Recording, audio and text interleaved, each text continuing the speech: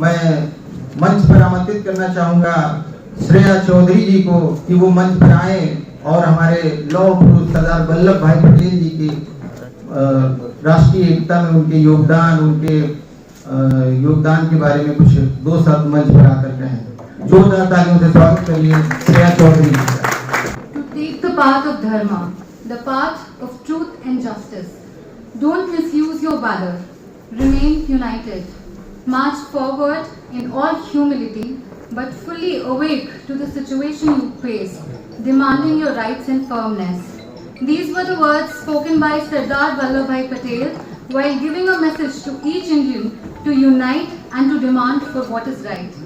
Good evening to all present. I want to extend my gratitude to Honorable Mr. Justice Rajan Roy and Honorable Mr. Justice Saurabh Lavania for taking out their precious time and agreeing to have come between us as chief guests for this occasion, which is very close to our hearts.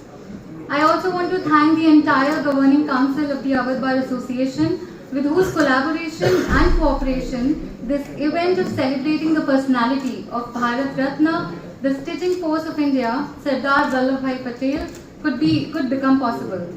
Lastly, but very importantly, I want to extend gratitude to Mr. Ashok Verma, our senior member of the bar, and all the distinguished members of bar present here to encourage Sardar Vallabhbhai Patel Adhivakta Chetna Manch, a lawyers collective, in its efforts to have organized this event of unveiling the portrait of Sardar Vallabhbhai Patel, the Iron Man of India. Sardar Patel desired to go to Bombay for further studies.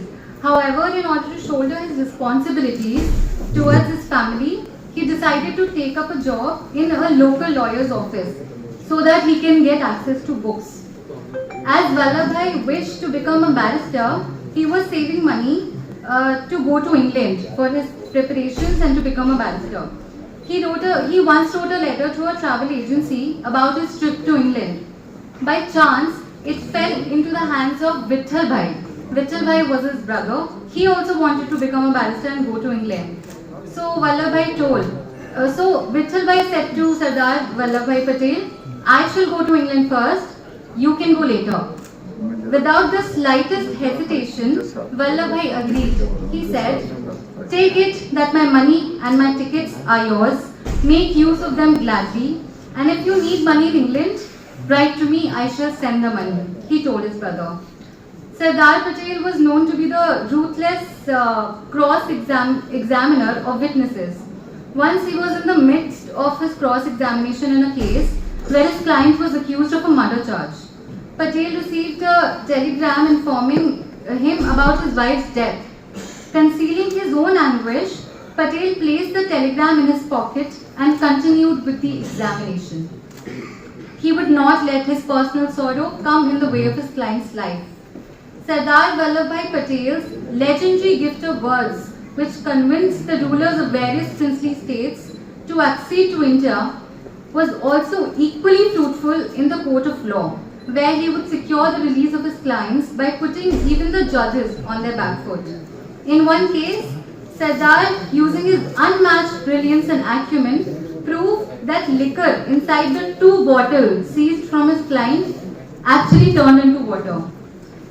Ravji Patel, a freedom fighter and contemporary of Sardar and Mahatma Gandhi, documents the wit of Iron Man as a lawyer in his book, Hind Na Sardar. The author doesn't mince words while stating that Sardar in his early career wanted name and fame, and thus he fought cases defending accused in criminal cases.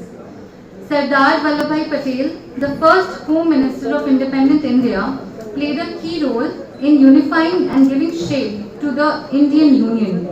He brought the princely states under Union of India. Few, however, know that he was one of the primary people involved in drafting of the Constitution also. Patel headed the advisory committee set up by the Constituent Assembly in 1947. The committee's responsibility was to prepare an interim report on fundamental rights and minority rights. The issues relating to caste, communalism, religion, sex, color, and dynastic discrimination were infecting the state even then.